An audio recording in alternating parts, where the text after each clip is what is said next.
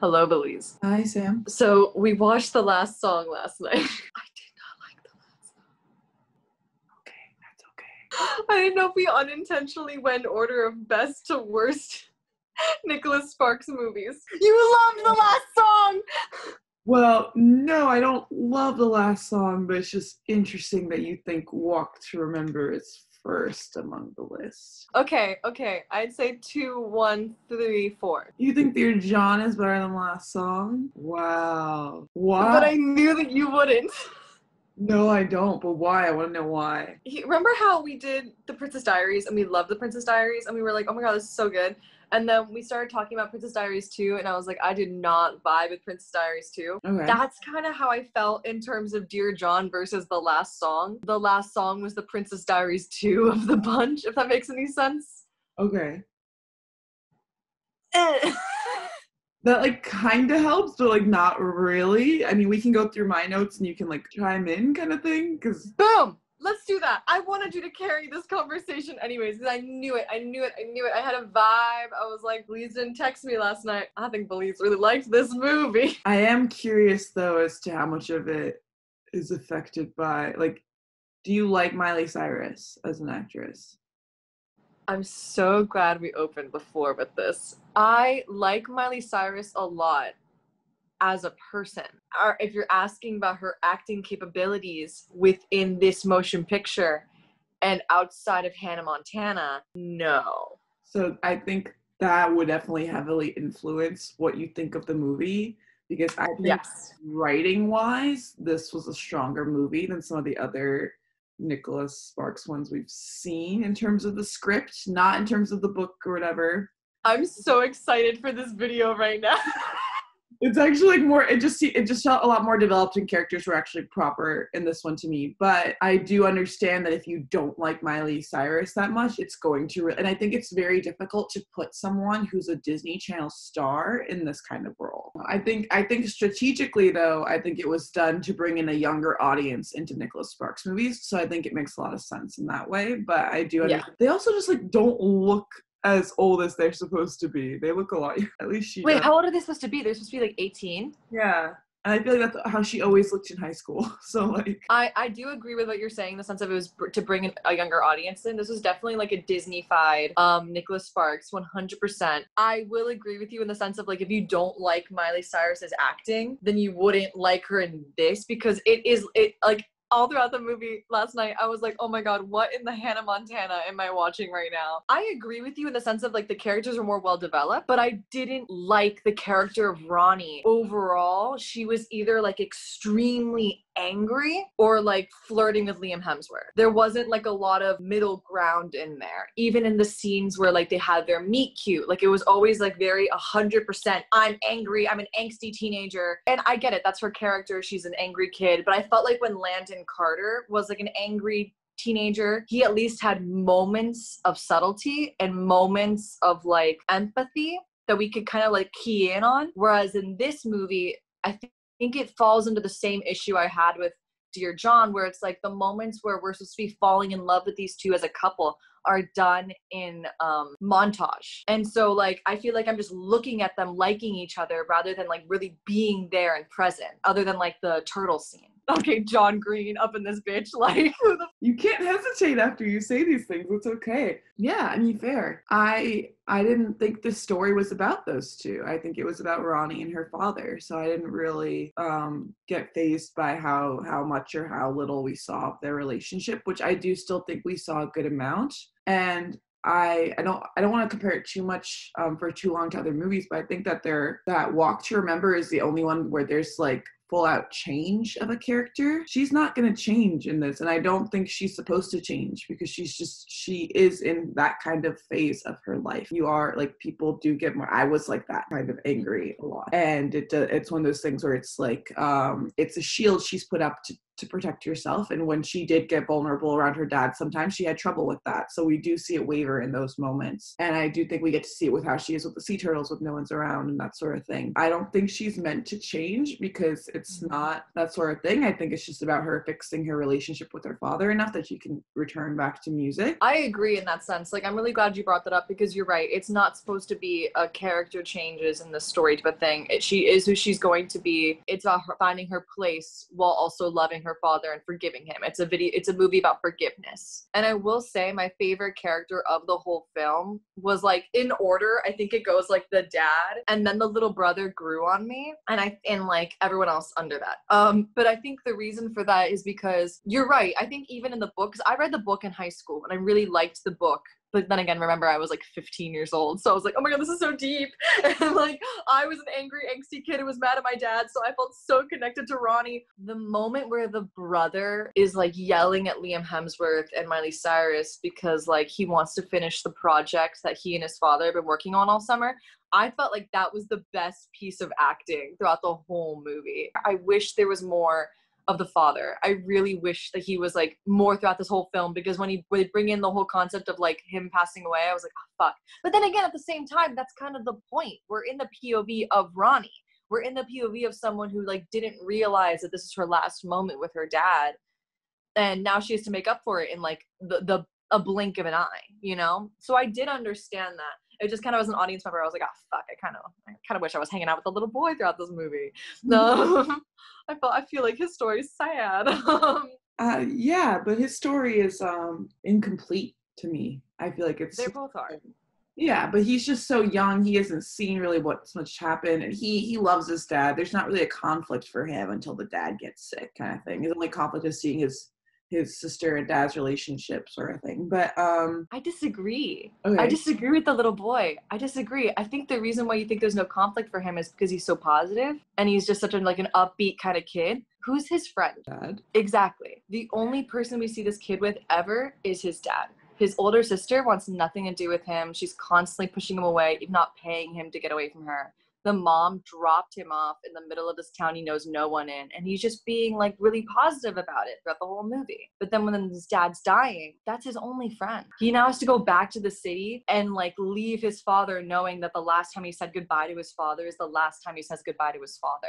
Just because he's happy and positive, I don't think it's that he didn't have any conflict as a little boy. I just think his conflict comes in too late, is what I'm trying to say, like into the story kind of thing. I see. His sister, first of all, pays him to get his dad away, not himself away. And I do think that they have a really beautiful depiction of the sister and the brother's relationship with how she talks to him. And she tells him things like, you know, did you see how happy he was to see you? Like she's always constantly reassuring him and taking care of him. She's almost telling him things that she doesn't believe for herself, kind of thing, but she's still like doing it for him. So I do think that he has a good relationship with her. I think it's realistic that she's also someone who's going to get annoyed with her younger brother. That's just kind of like relationships with younger siblings, especially at that age, war. Yeah.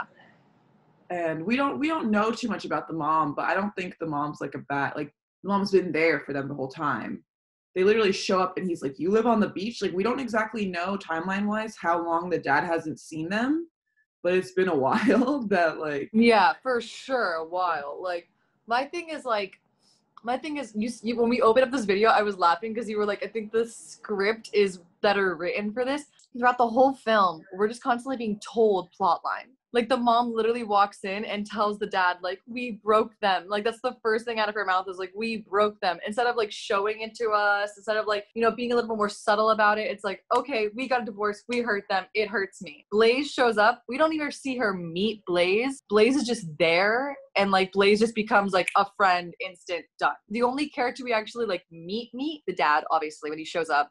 And, like, when she bumps into Liam Hemsworth. But like every other character is just like running into each other and being like, we have to tell them that we burned down the place. What? Are you kidding? How long have you known her? X amount of months. Oh, did you know that he's gonna go to this school? I didn't know. It just all like getting blurted out at every single scene. Okay. What demographic do you think this movie is for? I realized that. And I realized I'm like a 25-year-old girl saying this. But I felt the same way with Princess Diaries 2. And I really love Princess Diaries 1. I guess what I'm trying to say is all the other movies that we've seen for Nicholas Sparks, they are movies that we saw at a young age, impressionable age, that we then rewatched at the age that they were technically targeting. And we were like, wow, these have issues or they're not well developed or whatever.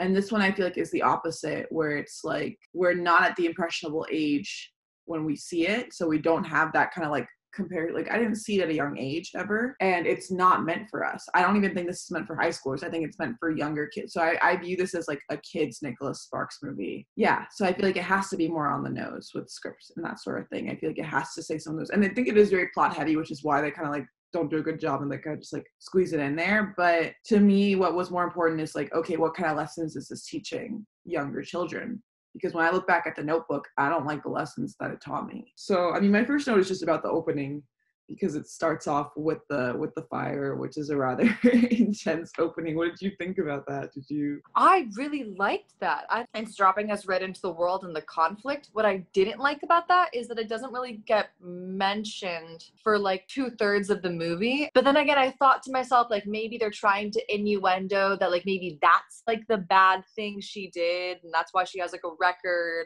You know, like maybe that's why they're trying to be a little bit more like, ooh, what's going on? But I don't know. I thought it was visually very captivating.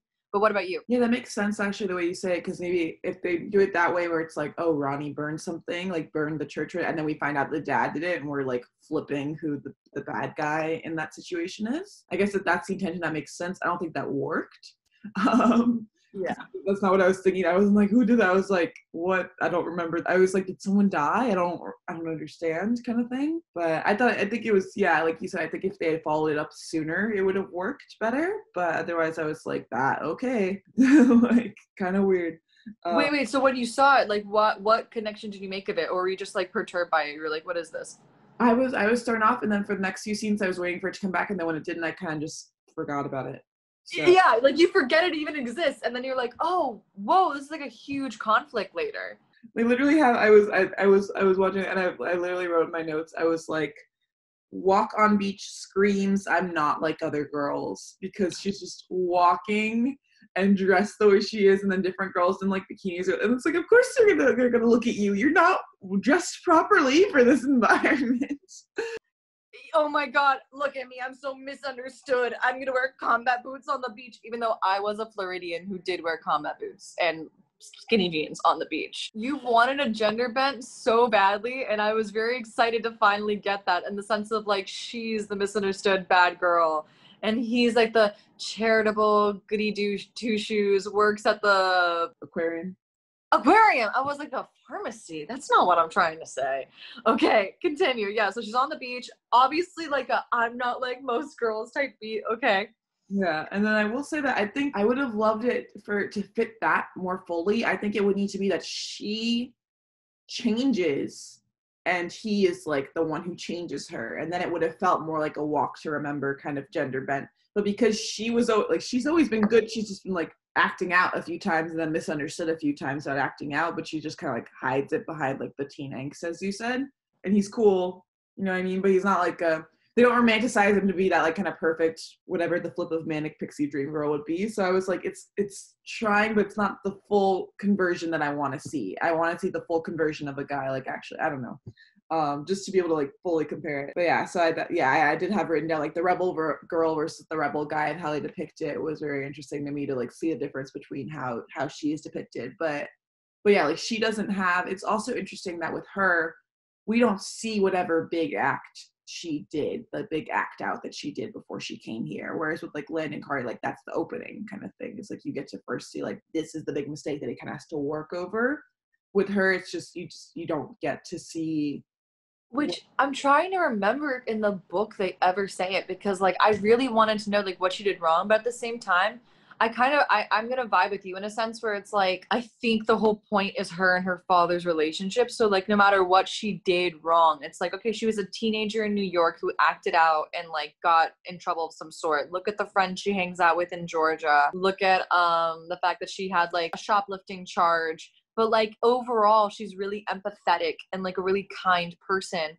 I really gotta say, I liked the fact that the guy didn't change her in this. I like the fact that I enjoyed that the element of the story that changes her to kind of forgive and forget is the losing of her father and realizing that that time was slipping away. It almost felt as if she realized that she had been so consumed and obsessed with this guy all summer that she was missing out on like the big picture, which is the real love interest, which is her father, you know, like the person who made her like fall in love with art and all this stuff. Okay, cool. Yeah. Yeah, I agree with you. I think I don't think it would have fit for this movie because it is more about that relationship. But I would love to see that in a different, like Nicholas Sparks, whatever. Totally. Um, This kind of felt to me. This kind of felt to me like daughter father version of Brave.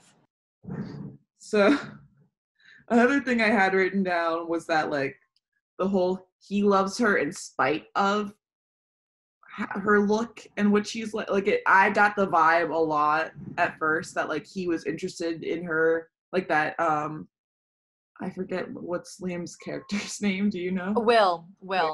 There we go. Wow, that came to me like a fever dream because I did not remember that. And then when you asked, I was like, I heard Miley Cyrus's accent say the word Will, and I was like, that's it. That's the guy.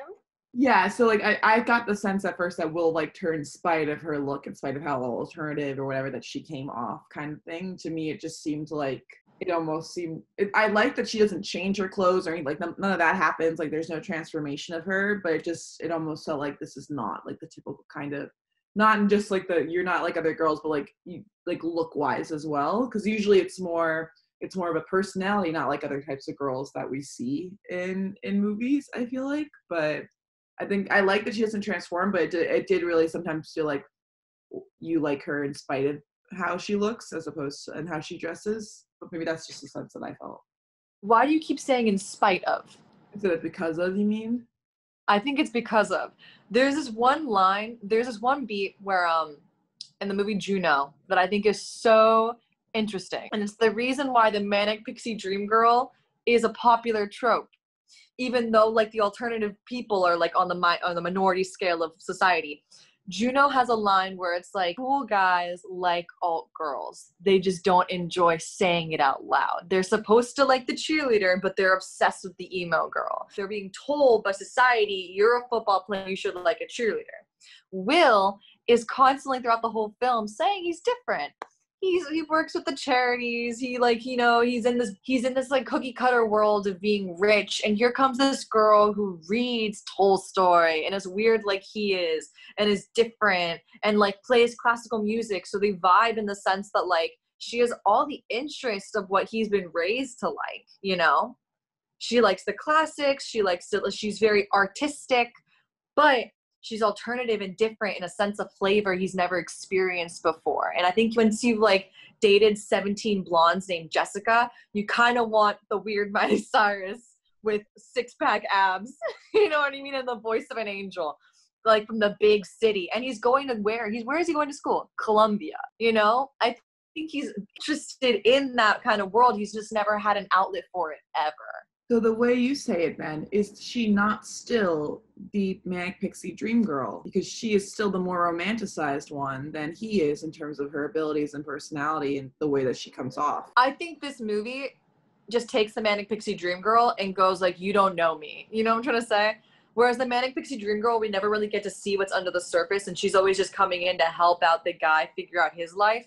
She's the one that has a lot of shit to like get through, and we're gonna focus on her. I think she's still a manic pixie dream girl because he romanticizes her, but I think the reason that they fall apart is because he romanticizes her and he doesn't realize the like, oh, maybe I should have been honest, maybe I shouldn't have lied and told the whole town that it wasn't me, but it was me. Like, and I liked her for having a backbone. I really did. And for like being like, you know what, screw you. I would like to talk about the sexual harassment scene, because I thought that was an interesting side of things to get to see. Which one? The first one with Marcus at the by the fire when Blaze goes to get the drinks. What I meant by which one, there's two big beats in this film where he, in the beginning, obviously what you're talking about, comes on to Miley Cyrus and like puts his hands on her and like sexually harasses her. But then throughout the rest of the film, he treats his girlfriend with the same disrespect but then he goes to the girlfriend at the wedding in front of everyone. And so I feel like there's two different forms of like a toxic relationship. I really liked the fact that that was in this movie, because I think it's important as young girls. You said at the beginning of this video, the idea of a lesson. What are we teaching girls? What are we teaching girls who are between the ages of like 13 to 17? This is her demographic, right? 12 to 17. We're teaching them that if a guy does that, it's not okay. And you need to get up and you need to tell them to fucking touch me again and cut that person out of your life, which she does. No one helps her.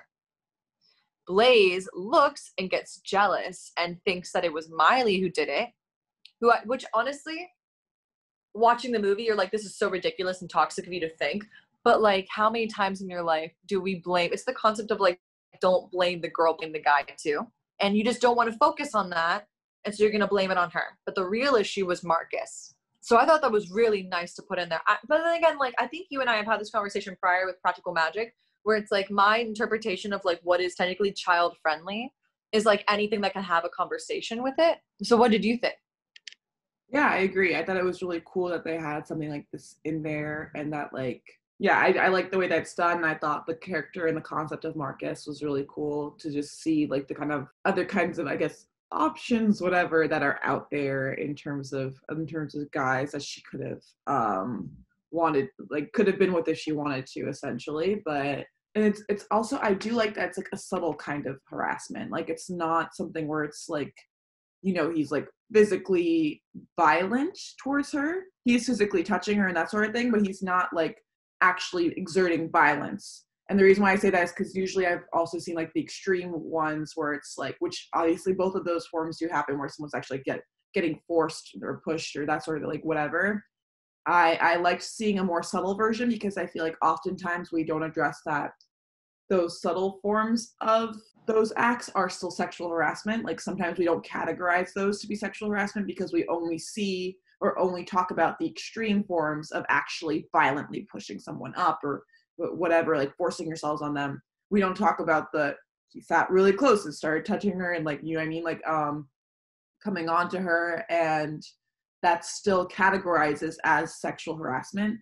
We just never talk about this kind of sexual harassment that often. So I liked getting to see a more quote unquote milder depiction, just to show that, hey, this kind of stuff happens a lot more than some of the other stuff. And we kind of just always gloss over it or make excuses for those people or that sort of thing, because like it's not as big a deal as some of the other more extreme versions of it. So I liked getting to see it, and like getting to see like you said, that she just says no and leaves the situation. I back up your statement 100%, because I feel like what you're saying and what I would think as well is like, that's the PG-13 version of this. That's the not on Disney Plus version of this, where it's like, you know, he's a bit more aggressive, like the thing that would be on Euphoria. You know what I'm trying to say? But this is so important to teach people, because I feel like if she told someone after, like, fuck Marcus, well, what did he do? He sat down next to me and like put his arm around me. But if you're there in that situation, like we were watching in this movie, it was really uncomfortable, wasn't it? Like, why can't we all just normalize a no touch zone, you know? I really enjoyed the lesson of Blaze, to be honest, and like her relationship with him, because it's just toxic. It's extremely toxic. But at the same time, it felt very kind of like white savior-y. I don't know how to describe this, like Miley Cyrus's character, because like, what do we know about Blaze? She comes from like a bad home. She's living with Marcus, and she doesn't really have any money. What I did not like is the fact that like Miley Cyrus is constantly telling her like, you have to leave him. You have to leave him. Here's $40. You have to leave him. And then Blaze is like, thanks for helping me. You're so right. I left him. And I just kept thinking to myself, I know, maybe it's because I know people in relationships like Blaze, and maybe it's because like I've worked in foundations with women like Blaze, where like that concept is what's talked about a lot in therapy, where people are like, it's not that easy to just say, leave them. So yes, I liked it in a children's movie of like, you shouldn't get in these toxic relationships. You should not be in these situations. And if someone treats you like garbage, you should leave them. But it also felt very like privileged of a mentality of like, yeah, just leave him. And she was like, yeah, you're right. And I'm so much better now. And so when he showed up again at the wedding, I was like, fuck yes, that felt more real to me. She had to really physically be like, I am not going back, blah, blah. I felt like there was more redemption for Blaze. I hated the fact that Will got into that fight and like, you know, it's at his sister's wedding and blah, blah, blah. But, you know, Yeah, I agree with you. I like that it came back because it was like, yeah, it's not that simple. He is going to come back. There are issues there. And it kind of was that thing where it's like, it's not resolved there. So it kind of just shows us that, like, probably will still keep coming back and she might have issue. Like, we don't know. It's also so difficult to, like, show that in a more minor character because of all the other stuff going around and then be like, how do we resolve this? So I get why at the same time they can't really do much more. But I do agree that, yeah, it does make it seem almost like it's really simple. I am really like impressed by Disney for like doing that. Right, exactly. Is it? I didn't look it up. Do you know if it's like Disney made or is it just on Disney Plus right now? Like, do we know who? Sparks completed the screenplay for 2009 prior to the completion of he finished the screenplay before finishing the novel.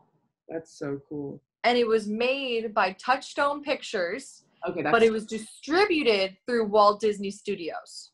Touchstone Pictures is also Disney anyway, I'm fairly sure. So yeah. So I bet you he made this with Miley Cyrus in mind. He was probably told, or like he either made it with, or he was told, I don't know, like if he chose her, but yeah, probably because she was like the big ingenue of Disney for that time period. Like if it was years before, it probably would have been Hilary Duff. True. Well, technically, Hilary Duff did have a movie that we probably will watch at some point called Raise Your Voice. Anywho. But Miley Cyrus has a beautiful voice. And so I think it was I noticed that he did the same thing.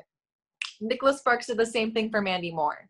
You know, like here's a singer, let's break her onto the movie scene. And I will say, in terms of like breaking away from being a Disney darling, I do think that Ronnie is like a very good character to like stepping stone into like more mature roles. Whereas other Disney darlings have done like, you know, Spring Breakers. And I was like, whoa, okay. Woo. And I also think like to what you were saying earlier about the whole like Will being interested into Ronnie despite of, I think that the interesting part about Marcus being there is that that's the type of dude that we would think Ronnie would be attracted to, you know? Not Will, not volleyball player Will, you know what I mean? Like, well, that does bring me to my next note, which is he sure looks a lot like her dad. And I feel like that's almost why she is more attracted to the Will character as opposed to like the Marcus character, because if this whole situation is about her relationship to her dad, does it not make sense that the man that she's also falling in love with looks a lot like him? Very fun Oedipus vibes there. homie, I did not realize that was a thing. And now I'm seeing it all play back to me. I'm seeing it all in playback. Oh my gosh. Wow. I back this thought process. I back it. And also I think that like what Nicholas Sparks is kind of going for is like Ronnie's just going through a phase. This isn't who she is. This man that she's attracted to is more who she is. And like even if Ronnie looks a little edgy on the outside, she has a heart of gold. Whereas Will looks really clean cut on the outside, but he let a guy take the fall for something he didn't do to save his own skin. That's not something Ronnie would do. Wait, pause. Do you think the casting director of this movie, do you think for the last 10 years this casting director was like, fuck, I set up Miley Cyrus and Liam Hemsworth? Probably. I bet they had better have been, I don't know if they had a public wedding, but if they did, they better have been invited to that because... Could you imagine? Could you imagine not being invited to that wedding? I'd be at home like, those bitches. I was all right. Like, wow, okay. Like, let's all just pretend I wasn't there. Yeah. He's from Australia. You would have never met him. The moment when Will and Ronnie are outside sitting by the sea turtle eggs and watching them, and they're super close together and all flirty, and he comes in, picks up the chair, draws a line in the sand. I literally have a note that says he literally marked his territory, and I just thought that was so interesting that the dad just literally comes in and is like draws a line with his foot and is basically like no kind of thing. I've never had that kind of dad, you know what I mean? My dad like is not gonna walk in and confront someone to that degree for seeming like, especially for just like sitting next to each other kind of thing. But you've never heard of like the dad that's like the take my daughter out, bring her home by 11, you know what I mean? Like that kind of dad, you know what I mean? Like that's like the more like what country music songs talk about dads. Because like my dad here's the thing, my dad always looked like that kind of guy. My dad looks like Tony Soprano, and then my dad like whenever I bring a guy home, would always like put him down right next to him and just have conversation with him.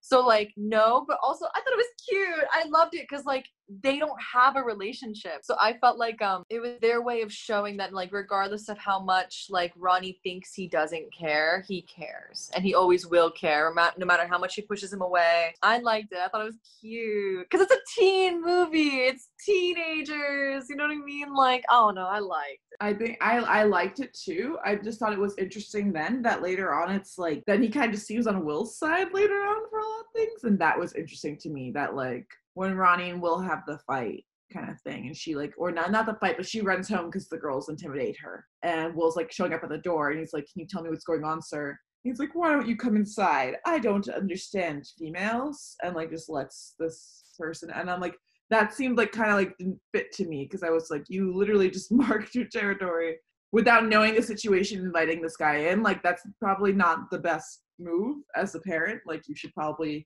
listen to your daughter first and see what's going on before you invite the person that she ran away from into the house. Yeah, to be honest, I agree with that. Like that. But then again, Ronnie wasn't speaking to him. This poor guy is outside. I think dads kind of get a vibe. Parents in general get a vibe from someone. You know what I mean? Like whether or not like you're good news or bad news.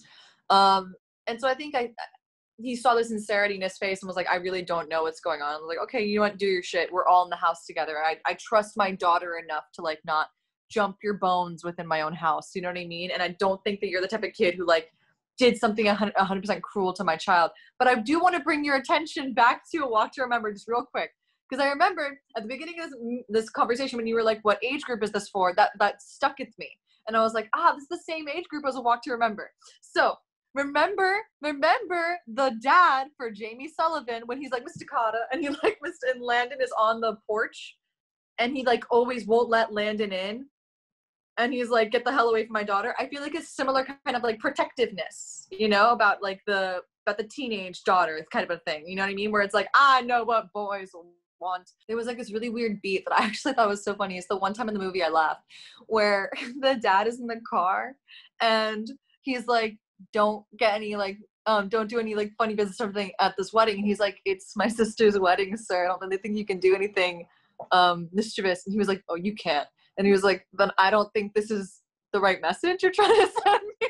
Like, yeah, he was like, that's kind of a mixed message, sir. I don't really no. And I'm like getting all kissy face and googly eyed on the dance floor at my sister's wedding. The whole time I was like, audacity. The audacity of this man right now. I feel like people would get upset with you, but I don't think they'd get upset if you were a boy as easily. Well, wait, let's talk about the different times that she gets mad at him, because now I'm curious. First time is with the girls that come and intimidate her. Am I correct? So technically, no. The first time she gets mad at him is when the milkshake falls on her. Okay, so we're talking about like every little time she's just herself. I think this goes back to like the Miley Cyrus's acting, where it's like I would have just preferred a bit more like nuance, a bit more like level of like, here's me when I'm pissed, here's me with like, this is just my regular like back off, get away from me kind of attitude. Maybe in one of the scenes where she was pissed, what if just to break away from all of it, she dropped her her volume and like made it very like, you know what I'm trying to say? Like, I just think that it was also on the director too, where I was just like, that performance could have had more levels to it. Because I feel like whenever there's an angry character, you need to find places to make that scene different, because or else that's just one note of anger, you know? And you've taken acting lessons. Like, you're a phenomenal actress. Like, how many times have you heard a director say that, where it's like, and you've also directed. You're an incredible director. Yeah, please. I agree with you in that sense of like changing up the performance and that sort of thing. But my thought, I just always compare it to like, I keep comparing it to like me at that age. Yeah. I have different levels of anger necessarily at that age where I'm like kind of figuring out the emotion of anger and figuring out like, I don't want to talk to my parents. I don't want to like, don't call me out when I'm vulnerable. Don't say anything, like that sort of thing. I think we did kind of see it when her dad calls her out on the first kiss and she like laughingly gets upset kind of thing. We kind of see it there. Because I think otherwise it kind of is just a level, that's kind of I would just, if I'm angry, I'm the same level of anger because that's my only way to react to my parents. That's kind of how I was at that age, where I'm like, whatever it is, it's going to set me off. It's going to set me off to the same degree because it's just literally my wall of defense goes up it goes up the same amount every single time, and it does not matter what perturbs it. I am not going to be changing like the way that, yeah. So I'm like, and I respect and I vibe with that, because I think because I constantly call out the angry characters in books and movies, I was that angry character in books and movies all throughout my teen years. Like slamming my door was the way I said I was home. But you get to be with me for 15 years of that anger. You get to be with you for the entirety of your childhood. We get these people for 2 hours. So I just feel like in terms of her performance and directing of the movie, that's my one little thing I would have changed, is like one of these beats where she's angry. Because I like the fact that she gets angry at her dad. That felt real to being a teenager and like feeling cheated and feeling like she was getting lied to. Like, I get it. She's not going to have like the wherewithal of an adult. And even then, like maybe she still would be the same way, you know? But just one of those beats, I wanted a little bit of a change of variety, a little different variation. Can we talk about the dad at the piano really quick when she said that? And she like it that, you know how you're saying like it reminded you of you when you were young? That scene made me cringe so hard and made me feel so like I wanted to turn off the movie, because I saw so much of myself in the way that she was treating him. I don't know. I've definitely treated people like that. I've definitely said that. I've definitely done that. And when just how mean she was to him in that moment, I was like, I don't want to, I feel like I was looking at myself in like a lens, and I don't know. It felt like teenagers, and it was sad. It's really sad. But it comes back nicely at the funeral. We also see this start from her being angry.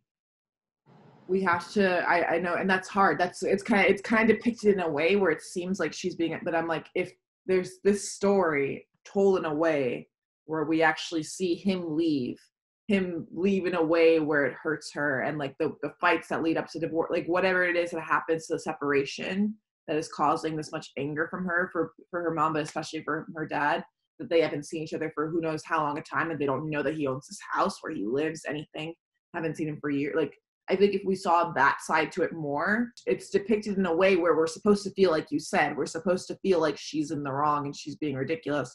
Yeah. But I think that there's a different way to tell the story where she seems a lot more right. And I think it's interesting that's depicted in this way, where it almost seems like she is being juvenile, whatever, when it's like, it could easily be flipped if they had shown more of the other scene. I really like what you said at the opening of this, where it's like the lesson, like what are we teaching like the younger audience the lesson? That's such a good point. Why do they start it there? Why do they start it in this summer and not like giving backstory? And why do they not say what she did that has a record? I think the point of it, and you tell me your thought process on it, I think it's because we're trying to teach the lesson that at the end of the day, life is short and we are all going to die. So it doesn't matter. None of these justifications of why you're angry, why I'm never going to speak to them. I agree. Yeah. Yeah, I agree for sure. I think. But I really like that you brought that up, because you're right. We could have started this like way earlier on and been on Ronnie's side and like been angry with the dad the whole time with her. But we see him, which is also so annoying in a way. And I imagine it's annoying to Ronnie. We see the dad as like this really nice guy making projects with his son in his workshop. Like, oh, like be home by 7 is bullshit. And Ronnie does not see him that way. Ronnie sees him as what she'll never forgive him for. I really like that. That's such an interesting, thank you for bringing that up. That's so interesting. I didn't even think about it in that sense. So my last note is about the kiss, and how it's basically about how we slut shame the guy, then he kisses her and then says, "You're not like other girls," right after he finishes kissing her. And I was like, could you be more cliche on trope? First of all, did not like that he gets slut shamed. He gets shamed pretty hard by her for having dated other girls and seen other people and like whatever. I understand that you don't want to be like repeating dates that he's repeated, but I'm like, so what? They're new to you. Who cares? Like, are you telling me you've never done like the same sorts of dates or sorts of things with different guys before? Like, or like, I've taken 2 people to the Museum of Death. That's my version of the aquarium. So if you're gonna date me, that's our aquarium. Like, and I vibe with you. I vibe with you so hard on that. It's like, and he even says it in the fight. He's like, That all happened before you. Like, what is your issue? Honestly, if I was writing, I would have taken it a step further. I'm not asking you about your history. Why is my history an issue kind of thing? Yours is never brought up. Don't know what thing of what you did in New York, but because some of the girls that I've gone on dates with are here, you automatically get to make me feel bad for it. Like, that's so true. It's like, oh my God. And I didn't think it matched Ronnie necessarily. That like these girls would say that and she would automatically believe them or just care. That just didn't match like the person that I thought we were watching. So I was just confused when that happened. I was like, oh, but in a way I kind of liked that it did, because I liked that she had a little bit of sensitivity in that regard. But I feel like she could have had that same amount of empathy and sensitivity and just been like, no, because she gets to kind of taken advantage of really easily a lot throughout this whole film by Blaze, by the blonde girls. Technically, I would say Will too was the naive ingenue dressed as a femme fatale. And then so I'm glad you agree with the whole slut shaming of it. And then the kiss itself, how did you feel about the actual kiss? What do you mean, like the physical, like the kiss? What let me remember. So they kiss on the beach, right? Like they're fighting, like yelling at him, fighting him, and then he grabs her and kisses her. We've talked about this a lot, you and I. We've talked about this a lot, like violence and romance, and like romanticizing violence and romance. And I think the number one thing that you and I disliked about The Notebook is the toxicity of that relationship and so what, we're gonna fight, couples fight, you know what I mean? And it's like, here we are. I don't know, it kind of felt like it was telling people that if you know someone that's fiery and angry and aggressive, you shouldn't try to calm them down and understand them. Douse the fire, like grab them, and that's the heat of the passion, and that's what women want, is to be like dominated. Again, I was that kind of a Ronnie, and I was that aggressive and angry, and I don't think I would have wanted that. I think I would have wanted something sweet and kind. Supposed to be like out of passion or whatever kind of thing. And I do think that like younger me definitely sees that kind of stuff as like, oh my God, so attractive when someone just like, you know what I mean? And sometimes it is like in real life as well, when that kind of stuff happens. I'm not going to pretend, but I do agree with you that like there's time and place, and it's not when she's like yelling and fighting. That's not maybe the time and place to try to grab her. And also just made me sad because I'm like, that's your first kiss with her, and it's like that's a weird story to tell. Like I was jealous about these other girls that came up to me and like ruined my day after having a great date with this guy, and then I started yelling at him, saying all these horrible things about him, and then he kissed me. He told me like, don't worry, I'm not like those other girls. So like it depends on her character, right? It depends on what she desires. If she is much more of like a let's do it in the bathroom type of a person, you know what I'm trying to say? Like, let's like take me on the beat, like then fuck it. Okay, that's what she wants. That's fine. And now we're putting in our own bias. But here's my thing. We see her one other time with a guy in a sexual advancement, and it was with Marcus. And Marcus went up to her, touched her, sat next to her, put his arm around her, and she like pushed him off and said, don't touch me. I think my beef with this movie is the director. I don't think Ronnie wanted a physical, aggressive grab of a kiss. I think Ronnie, this whole movie, has been begging for kindness and tenderness, you know? So like, if the character in the opening of the movie doesn't like someone invading their personal space when they're mad and like touching them without their permission, then I don't think that's what they want when they're with the one. You know what I'm trying to say? I agree. And I think it's also one of those things where it's like, we as filmmakers have the option to romanticize different forms of love and different gestures of love. We have the option to romanticize the quote unquote passionate, quick kiss, or we have the option to romanticize the actual slow, maybe even with actually asking for verbal consent kiss. Both of those can seem really romantic if you do it the right way. Same thing with a really violent kiss. Like any type of show of affection can seem really romantic if you do it the right way. And I think that I'm excited for when we have the opportunity as filmmakers to show the kind of kiss that we would like little girls and little boys to be romanticizing, which is the slow, tender first kiss of actually asking for consent. That is not going to be some sort of fast, fiery thing that may or may not actually be wanted or warranted by people in real life. Yes, but at the same time, I think, again, it depends on who you are. 10 Things I Hate About You. Patrick Verona. Their first kiss is like energetic, exciting. They're paintball everywhere, and then they fall on top of each other and they kiss. There's no asking of consent. it is an energetic scene. It's almost like aggressive in the sense of like, let me kiss you.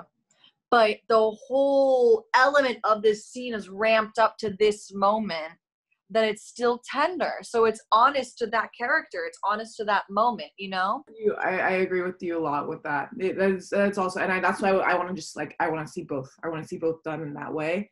And it's like, I'm not saying let's nix the other one. I just want to also see this romanticized so that this can also be in people's minds of a, like, you know what I mean, a flirtatious tactic or whatever.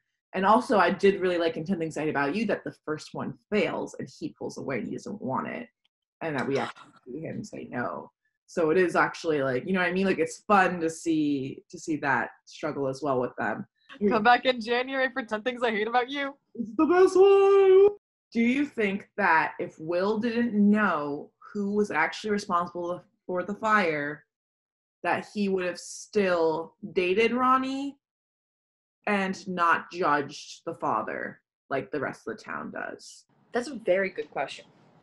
I think he would avoid Ronnie. I don't think he would judge the dad. It doesn't seem to be in his character to judge others. He seems like a very open, like, if anyone like hurts me, that's when I would judge them kind of a person. He seems just like Christian, very turn the other cheek. But I don't think that he would have pursued Ronnie. I think that he would have been uncomfortable and like wouldn't have pursued Ronnie. I agree. And that's kind of how I felt in that part. That was why I was like especially upset with him as like a character, because I was like, oh. And I understand not necessarily wanting to push your, like, if it is your longtime friend, whatever, but while he like has this romance, but I think that was the part that mainly got me of like, I'm like, it's the you seeming like you're above all that when you actually know the reason why. That was like getting me when he was like comforting her and everything like that. And it's like, well, you wouldn't have been here. That's actually a really good point, because then that leaves open the parallel universe where this movie may never exist.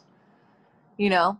Like, this whole love story may never have existed. I think that deep down, like, Will would have just never. Okay. Watch a really, really fast rapid fire. Watchability? 6. Okay. I agree with you. 6, 7 for me. But yeah. What would you have changed? I would have changed the kiss. I would have loved to see the way you were talking about it, where he actually comforts her first and then it's like a gentle kind of thing that would fit more with her. Other than that, I don't really think I would change it, because I think it makes a lot of sense the way it's done for the demographic. I would just get rid of the concept of the whole "you're not like other girls" being said right after the kiss as well.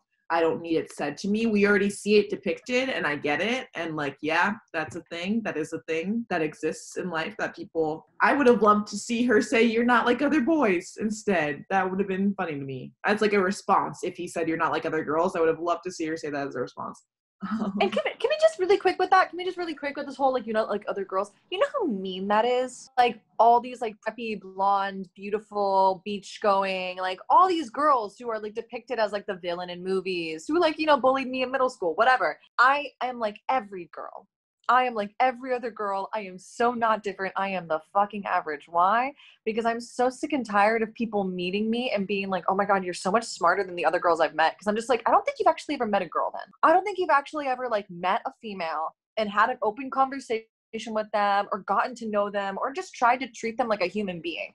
If you're going to say that, like, here is this group of ladies and you are other. I'm so sick of that. It's either like the alternative character is either like the manic pixie dream girl with no depth, or she has so much depth. She's so different that all these other preppy girls are either considered to be basic, boring, or rude. I get it. I understand why that is the case, because we're trying to give like a voice to the outcast. And the more I become an adult, the more I realize how rude that is to girls to tell them that, like, because you like the average thing, you are not deserving or capable of being special. The concept of the basic girl essentially is really, really messed up. Like, it's just, there's so many fun things to being quote unquote basic that like makes you enjoy like that kind of Starbucks or that kind of room decorate, like all those things that I'm like, yeah, I'm I'm a basic girl. My mason jar water, okay?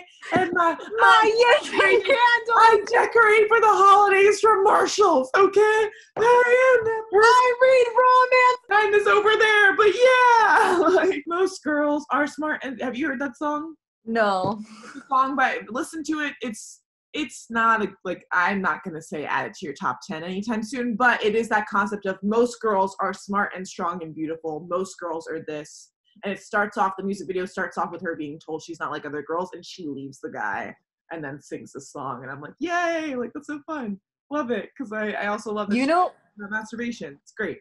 I was literally gonna tell you about that song. I love that song. Oh wait, isn't it like I Love Myself or Don't Need Nobody Else or something like that? I think we as a society have gotten past the whole like you're either alternative and weird or alternative and hot. I think we're over it.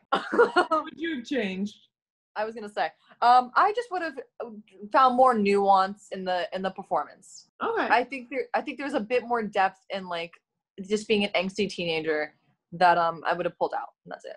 Fair enough. I love that this started off with you being so hesitant to say that you don't like it, and then I don't know if you like held down your feelings, but I don't think it was like crazy different disagreements that we had.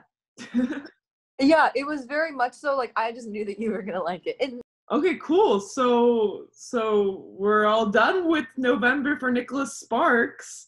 Nicholas Sparks November, bye-bye. Wow, this has been a time and a half. Yeah. I feel like I've learned so much about this man. One being that he hates women who drink, cannot stand women who drink, and cannot stand people who sleep around. No sleeping around in a Nicholas Sparks movie. No, none whatsoever, unless there is a ring on it. Alley. Cursing, absolutely no cursing in a Nicholas Sparks movie. Churches are fun to have around. A lot. I did not realize how Christian this man was. I would never be an ingenue in a Nicholas Sparks movie. But yeah, I think it'd be fun to visit Nicholas Sparks November next year, depending on how we feel. You know how much this man has written? Do you understand how much this man has written that has been made into movies? Oh yeah, we got a bunch that we could go through. So I love Nicholas Sparks November. I would love Nicholas Sparks November. Yeah. Awesome. But we are moving into the holiday season. It's the most wonderful time of the year. It's when we get cheesy. Yeah, let's fall in love with mistletoe. Yeah, there's a whole other world of just holiday Christmas movies. So there's so much to explore. So much to see, and I'm excited to see either really cheesy or really bad movies. We'll see. But do you have your two picks for the month? Because I think we're starting off with yours. So it's Holiday. We'll figure out an order later. But it's Holiday, Last Christmas, The Holiday, and 12 Dates of Christmas. So mine is on Last Christmas is on HBO. I don't know if you have access to that. I do. Perfect. At least it was last time I checked. And then 12 Dates of Christmas is on Disney Plus, just so you know, so you don't have to like stream those two. I believe The Holiday was on Amazon Prime. I don't know if it still is. And then Holiday is on Netflix. So cool. So should we start with Holiday then, since it's yeah. Oh yeah, I'm down. So thank you guys for watching. If you agree or disagree with us, let us know in the comments. I am shell-shocked at the in-depth conversation that came out of a Disney Nicholas Sparks movie. That was insane. But yeah, let us know in the comments down below. Thank you again for watching. Again, I'm Sam. I'm Belize, and get ready for the holidays. This has been Heartbreaker Films. And see you next week.